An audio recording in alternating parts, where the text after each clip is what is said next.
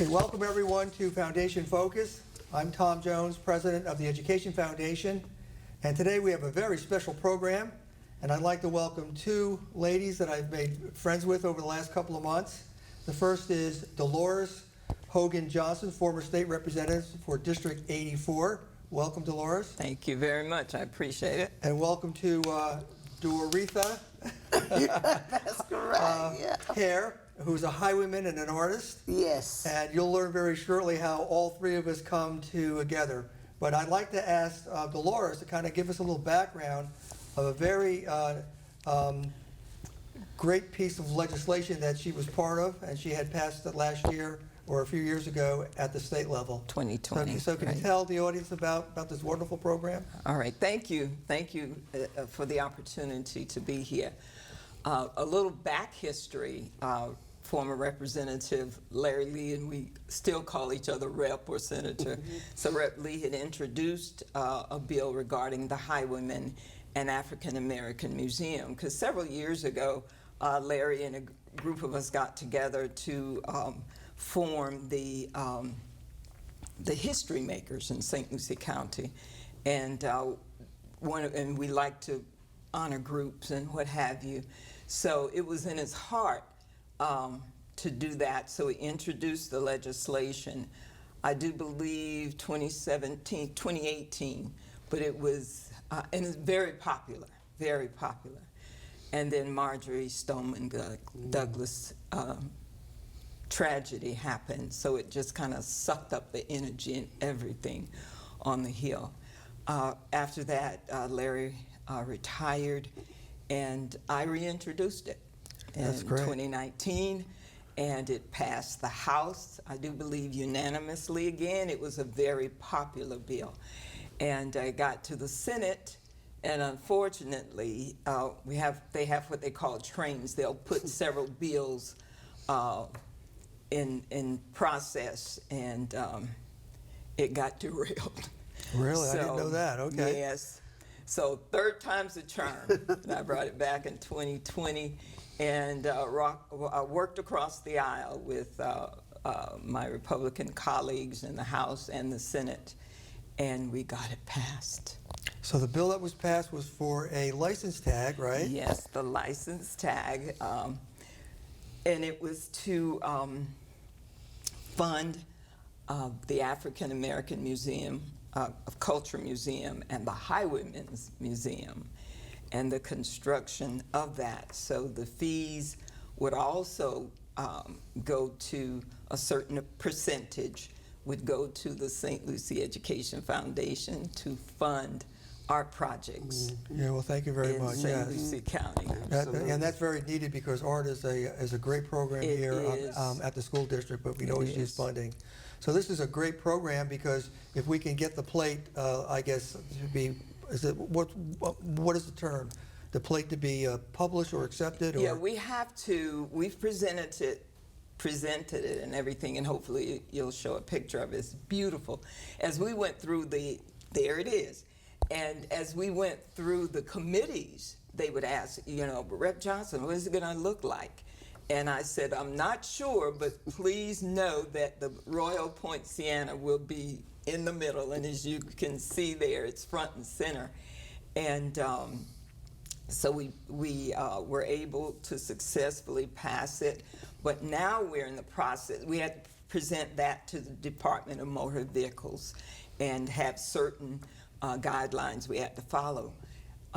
There has to be a $3,000 plate pre-sale. Right. So that's what we're in the process now. So we're right now trying to do pre-sales. That's correct, right? Yes, So we need yes. 3,000 pre-sales. Is there a deadline for that? Well, there's usually 2 years, but we've had COVID. So if with the current situation the way it is with the rule, the 2-year time span would be up this October 16th, I do believe, 2022. Okay, so it's been extended a year beyond that? Well, we're hoping, Senator Gail Harrell, we met with some members of our legislative delegation in December, Senator Gail Harrell and Senator Aaron Grawl and the representatives from Representative Overdorf, Representative Grohl. I don't know if I called her senator, but she'll be running for that. Right, yeah. But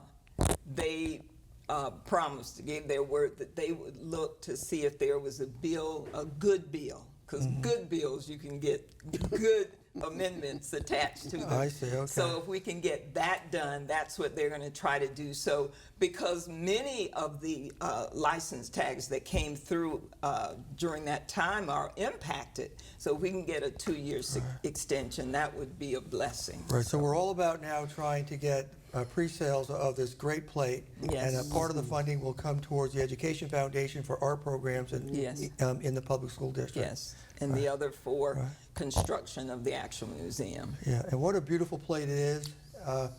Doretha, okay. Tell us about the history of the highwaymen and the highway women, because you're an artist, an active artist. Absolutely. And your husband Alfred was one of the original. Absolutely. Absolutely, and this is a beautiful plate. I think everyone who sees it immediately recognizes it. And so, we think it's going to be a really lovely plate. So just tell us a little bit about your background, your history, and the history of this painting. Well, coming, and I will call this, thank you for having me, Tom. I certainly appreciate it. Well, welcome. But I'm going to call this Coming to Florida, because that's how I became exposed to art. It wasn't called Highwayman Art at that time, just to art. And that was through Alfred Hare's affiliation with Beanie Backus. Right. So I had met Alfred thinking he was an adult, but because that's what my cousin told me, that he was had been in the service, so I know he was an adult. He had been in the service. Well, that's good. But I later found out into the school year that Alfred was just going into the 11th grade. I had completed high school. I finished high school Oh, I see. in West Okay. Virginia, so I had no idea that I was dating undergrad. But no, he was older than me. Those days were different, though. We all did that, Somehow you all kept him in school here a little longer. Right. Because that group, I think Alfred must have been 18 going into the 11th grade. Was Alfred active in the world of art? He was, because Zenobia Jefferson was his art teacher at Okay. Lincoln Park Academy. Okay, all right. And Zenobia graduated from Fisk, so she was had experienced teachers from the Harlem Renaissance and all. So she just had a different way of teaching. So she had some very good art students. I'll put it that way. But everybody would want to be in her class because of the highwaymen. Most of the highwaymen here went through Zenobia Jefferson, and but she introduced Alfred to Beanie because of the fact that Alfred was the best art student she had, and that's what Beanie wanted, to mentor the best art student. Right. So Alfred was chosen. Okay. to be Now, mentored by Beanie. were you an artist at that point too? No. Okay. I became, I guess, Alfred made me become an artist, because if you were around Alfred, you were either going to learn how to make frames. I painted frames too. You either learn how to cut the molding to make Sure, the the frames, boards paint and all, them, yep. the ups and boards. So at first I started off painting his frames. Then I progressed to the ups and board. I would shellac all of the boards for him. I see, to paint. okay. Then he graduated me into painting his background. So Okay, so you just kind of learned the trade. I yeah. learned the trade, and I love the art, because that's what introduced me to art. Really, Alfred and Beanie Backus. Since I was I was a working woman.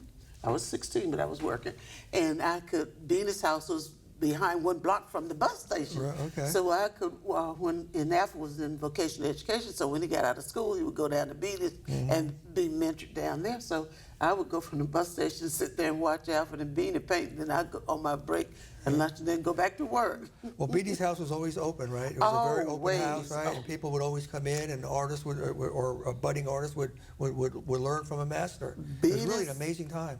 Beanie's house was totally different. You wouldn't even think you were in Fort Pierce if you were at Beanie's house. Yeah, Key it's West. totally Because he different. had all races, cultures. Yes, every- right. Very, very open and Very yeah. open Yeah. to the biggest heart. That's The terrific. biggest heart. So here you are now. You're back in Fort Pierce, right? Yes, And yes. you're an artist. Yes. Okay. And do you have your own gallery? The house, I'm in the house, House, that yeah. Alfred and I built in 1965. Okay. Yeah, we moved into the house October 16th, 65. So I hope we have those 3,000 Yes. pre-sale vouchers sold by October 16th. That seems to be a Well, magic we have a lot of number. work to do in a short period of time, but we can do this. This is a We beautiful can do- painting. Yes. And you know, Fort Pierce has so many poinciana trees, so that's why so many of the highwaymen paint those trees, because they painted what they saw. Right. And their surroundings during that time was all these beautiful blooming poincianas. Now, tell us about that actual painting. Do you know where it is, or anything about it? Actually? I don't know who owned it. I wish I did, but I don't know. It's like the cobbler, you know, the children didn't have shoes because Right, the cobbler's children had to wear shoes. Yeah, I understand that. So, Believe me. And painting, you don't hold on to the painting. You're selling the painting Right, yeah. because that's how you eat, Right. and that's how other people that because when before Alfred was killed, we had 4 salespeople, so they were had to eat Right. also. Oh, So no, absolutely, we yeah. weren't holding on to any Sure. works. Oh, absolutely. Well, it's a beautiful painting, and it's going to be I think the centerpiece in the state for specialty tags. I'm excited about it. When Larry Lee first came to me with the idea, and I know the Highwaymen. I actually own a painting, and I'm a big fan of Beanie Backus and all the wonderful work he had done over the years. And I just thought it was terrific, so I've ordered my tag. Okay? Thank you. I Oh, have my tag. thank you. And you'll see on the screen, folks, that you should contact the Department of Motor Vehicle locally, and you can pre-order the tag. The tax And- collectors. And actually, you have some vouchers too. You can actually scan those vouchers, Yes. right? And just and order them. And so we need to get 3,000, and hopefully we'll get an extension. And then the tag will, very importantly, will go towards funding the cultural center, correct? Right. A museum. Yes. Yes. And that will be where? 1234 Avenue D. Avenue D. Mhm. Okay, Yes, right. yes. It's So- in the Jackie Cannon building, and Jackie Cannon was our first black city city commissioner. commissioner. Yeah. So there's Terrific. history Yeah, there, too. yes. Now, is the building there, the property is already titled at all? It's already there. Right. The city is leasing the property to us. Okay, so we have to raise the money to open up the gallery? Upkeep it. Oh, We yeah. need to. It needs to be painted, and we need to get it museum ready. Right. And that's what it is not. So Okay, that's what right. we need to do. So the now. journey is still on today, and I'm going to encourage all of our viewers to please order the tag, and let's make this tag happen. Right. They can have a piece of art. That's right, a Yes. piece of Highwayman art. art, Yes, right on their right. car. There you go. Right History. on their car. Be a part of they, that They history. can drive. I own a Highwayman painting. It's my plate. Well, that's terrific. Thank you so much, and I will keep everyone up on the progress. Yes. And if anyone has a question, they can certainly call me, Tom Jones, at 772-429-5507, or send me an email at tom.jones@efslc.org. Well, thank you very much. Stay right there, because I'm going Okay. to talk a little bit about what's happening with the Education Foundation Okay. over the next several months. Excellent. Right now, as this program airs, we're into mid-February. Yes. We just completed the Night of the Stars program, which recognizes the Teacher of the Year Yes. and the School-Related Employee of the Year, Distinguished Minority Educator of the Year, Yes. First-Year Teacher of the Year, and Principal of the Year. So that program, which was managed by Dr. Kevin Perry, who you all yes, know, yes. he does a terrific job with that. Yes. And the Education Foundation for 25 years has been the sponsor of that. Wow. So that was concluded just last week. And now we're moving into 2 really important programs. The first is a fun run. It's called the Wharton Smith Fun Run. And the fun run is a way for us to raise money for individual schools. So, and the foundation has an opportunity to match grants through the state of Florida. And Larry Lee and you were very good supporters of that grant. And we've had that grant for 21 years. Wow. And the grant is about $5 or $6 million a year. It's 6.5 last year. And then it's allocated to each county based dominantly on the population of the school district. Right. And of course, St. Lucie County has been growing significantly. And last year, the opportunity for the match, a dollar for dollar match, if we raised a dollar, the state would give us a dollar, and the matched amount was $90,000. So if we had raised 90, we could have got 90. We could have awarded back to the school $180,000. Well, the program has always been 15,000, 20,000. We got it up to 50 at one year, and then last year we reached a record of 73. And this school year, I reached out to Mr. Gent. We said, you know, there's money on the table. We got to get it. So we reached out more deeply to the schools, and we had a number of schools that raised money privately, and they donated to the foundation. We were able to match it for a qualifying purpose and give it back to them. So it's sort of like being a bank that can give you Right. double your Yes. money. Yes, So it's that's kind of amazing. rare, right? Yeah. Very And good. so we were able to raise a total with the match of $106,000 this year. Wow. And I'm very Great. proud of that, and Yes. that's a team effort. Wow. And so now the goal is, if there's, say there's a $90,000 to $100,000 available next year, you know, let's get all of that money and donate back the entire amount of money. So what we decided to do was, let's give each school an opportunity to pick the program of their choice, whether it's a program to help with literacy, help with math, STEM, help with workforce readiness programs, okay, help a struggling student, help a student graduate. Those are the qualifying categories. So let the school pick their program, and what we'll do in March and April, we'll work with them to raise the money through a fun run and celebrate that. That. And the fun run will be on Saturday, April 30th. It'll be at the Clover Park, which is the Met Stadium. Sure, okay. And it'll be a celebration. It'll be a non-sanctioned 2K color run, meaning as you run as an option, they'll splash you with color, okay? Now, there'll be a little bit of an ease off if you don't want to get splashed with color, but I challenged Mr. Gent, okay, to get splashed. And he said, well, it's happened before, Tom, you never know. So I'm counting on Mr. Gent, our superintendent, to join in. And so the schools will be raising money in March and April. We'll all gather. Wharton Smith Construction Group out of Sanford is our lead sponsor for this. And we're just going to have a lot of fun with this. And we're looking to raise $90,000 in total so we can get the complete match and give it back. And all of this will benefit our individual schools. The foundation board said, look, this is a mission-driven program. We're not making money on this. We're going to give it right back to the schools. There will be a fee for the company that manages it, called Boosterthon, a really a high-quality company. And the schools just need to raise their hand, say they're in, and then we work with the students and raise the money. The public can also help out. So the public can come to the fun run on Saturday morning at 8 o'clock and pay a $25 fee and join in the festivities.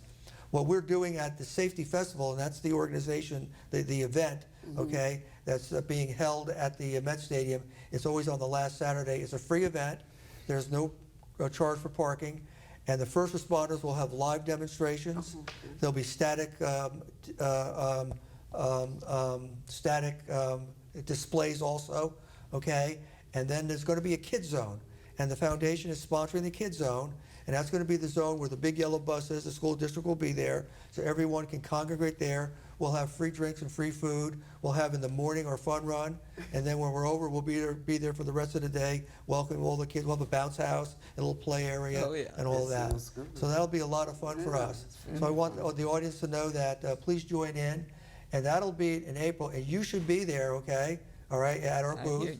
Okay, we'll use it as an opportunity to sign up more people. That's Saturday, April. We'll talk about that. We'll have plenty of room. Okay, come on over.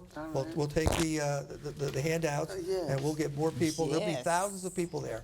Okay, What date was that again? April 30th. 30th, Saturday, April 30th. So we'll do that. Sounds Okay. good, So yeah. that's sort of kind of supposed to wind down. The other program that we're running, this is the last program of the year for the Education Foundation, is our scholarship program. And we're actually the largest nonprofit organization in county that provides scholarships to graduating public school students. That's right. Every year we do between 60 and 70 scholarships. And these are all from benefactors, individual benefactors. So we have individuals that say, I want to help a struggling student. I want to help a student of academic excellence. I want to help a student graduate and work ready. So we have all these individuals that come to us. We help them organize the program. The board actually, and it's open right now. We have a portal, an online portal that's already open, and it closes on March 21st. So a student goes into our portal and just places one application. And then the computer will look at it and based on the questions that they answer, it will find the likely applications that they may qualify for, and their name goes into those categories. Oh, yes. We collect that, and we judge it with the help of the public, and then we award them in May. Yeah. So that's another mission moment for us, Yes. and we're really glad to do that. So that will end our calendar year. Great. So it's been a busy year for the foundation. Yes. I'm As so a guy- glad we've had an opportunity to chat because I'm so excited about this tag. I can't wait for this tag to be on everyone's car in county. I can't Good. believe I Oh, can't wait yes, to even, beautiful. just see it on the car. Oh, yeah, it's a beautiful tag. I mean, Yes. most cars are gray and black Yeah. and red, and it's gonna go perfect, right? It's gonna- Yes. Absolutely I perfect. just somebody say I have a red car, so it's going on my red car. That's So we right. have to get this Red tag on red, through. right? Yeah. Yeah, everyone that sees it, they like it. Yeah. And with the scholarships, I recall when I was a guidance counselor, I would always tell the kids, I said, go on there Yeah. and apply for these. If it's $50, $100, they add up. Yeah, well, our scholarships are anywhere from $1,000 to $3,000 and $4,000 now. Great. Some of them can actually be awarded, like the Children's Services Council scholarship starts at the junior level, so they earn it when they're a junior. We actually act as fiscal agent, so we save the money for them and we keep the records, and then so they can. But most students are seniors. Wow. And the scholarships are good for 2 years. Okay, meaning they graduate, they have 2 years to actually activate it and call upon it, and it's always there for them. Excellent. And then, so I'm very proud of that program. We've been doing that program for a long, long time. Yes, You yes. know, and then we take a little bit of a break during the summer, but because as you all know, there's never really a break in life. So we're still planning for the next year. Yeah, we're being unintentionally busy. Right, right. The school district is busy too. I mean, everyone's just working away. There's probably a couple of weeks where you kind of get a break a little bit. But so we're really looking forward to that. We've had a great year in spite of COVID. Yeah. The COVID certainly has had an impact. But in terms of our fundraising, it hasn't. So I think the folks in our county recognize the value of public education. Yes. Absolutely. The school district has been doing terrific, okay? We're one of the fastest growing school districts and one of the best school districts in the state. The graduation rates are way up. Yes. And Mr. Yes. Jen announced his retirement, but Dr. Jonathan Prince is going to be our Prince, new right. superintendent. I just spoke to him a few minutes ago, and he's thrilled to start the new school year next year. So everything is going to be fine. The foundation is here to support our students. What we do is we work with the community, and we connect the community to the classroom. We work on innovating programs. Yes. And then we want to power the potential of every child. We don't want a single Exactly. child to be left behind. We want that child to unlock their full potential, and then we celebrate the success of every child. And that's a real labor of love. And it's really a wonderful work because just to give you an example, I'm always looking for those little needs, okay, that can really help a student. You all, when you were in kindergarten, okay, you probably remember kindergarten was a fun time filled with toys. Right. You may not know this now, but there's no toys in kindergarten. They came out about 10 years ago. And there's a focus on testing and all of that. And I found out about that, and I said, well, how could that be? I mean, kids play. And I talked to the school district, and they said, well, we want to bring this back. Absolutely. But we don't have the funding. I said, I'll work on that. Right. So I actually, through a Good friend for of you. mine, learned that this program I call it Purposeful Play. Structured play is a curriculum. It helps the students with actually early literacy, socialization, and phonics. And phonics is the Yes. ability to see something like, a license plate and go license plate, Right. and be able to see that. And so that skill set has sort of been lost. Wow. So I went back to the school, and they said they wanted the program. They created the curriculum. They knew about it, Okay. so they resurrected the curriculum. I went out to the public. We now have 2 schools that are in pilot this year, coming out of pilot, and we have funding for 3 more schools. We'll have 5 schools, and we have 17 play sets for each school. So and they're divided up every week. One of the classrooms gets a play set. They're themed. So let's play restaurant. Let's work at home. Let's go fishing. Let's go camping. All these different themes, all created by the school district. And what happens is you take a bin, you put it on the table, open it up on Monday, and there's 4 identical play sets. You take them out. The kids work in teams, and they trade roles.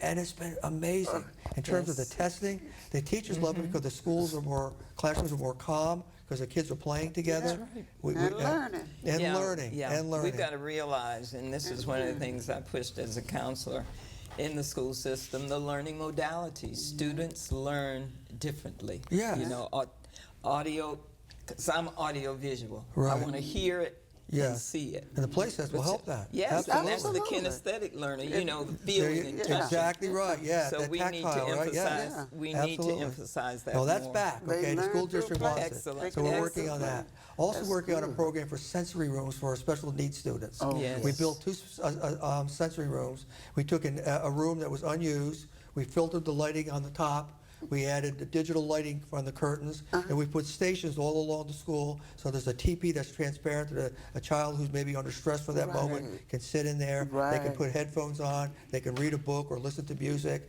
There's bean bags they can sit in, there's chairs, there's a foam pool, they can dive into a foam pool, Wow. all under supervision. There's music in the background. So if a student is in class and they're having a bad moment, you know, we have a place to bring them with safety and dignity to Yes. kind of help them out. And my thought was, I don't know if the school district likes it, but maybe if a student isn't even a special needs student, but they're having a bad day, Yes, rather than take them absolutely. to detention, Thank let's you. take them to a sensory room. Absolutely. Under supervision, and That's we it. calm them down and reintroduce them back Yes. into the That's school. it. It's not punishment, Yeah, they we need got to help. think out That's of the it, box. yeah. Right. We really have So to. we're working on that program. I Yeah, have that's two up and good. running. So I'm always looking for needs to help the student, to innovate the programming. Right. And of course, we work on STEM. We do the science fair, and we also work on helping struggling students and all that. So it's a real mission for us. So the program is just about over, so I want to thank you for coming, ladies, okay, so much. I want the public to know that the license tag is a very special program because it's really a focus on the artistry that's here in our county, but also it will help the art programs in the public school district, but more importantly, not more importantly, will also help with the funding of this, of the Museum. Highwaywind Museum. It's all good work. So thank you for coming, I appreciate it. Thank you And for thank you, having ladies and us. gentlemen, and I will see you in another program. All right, Okay, thank bye-bye. you, Thank Tom. you. Thank you All so right, much. thank you.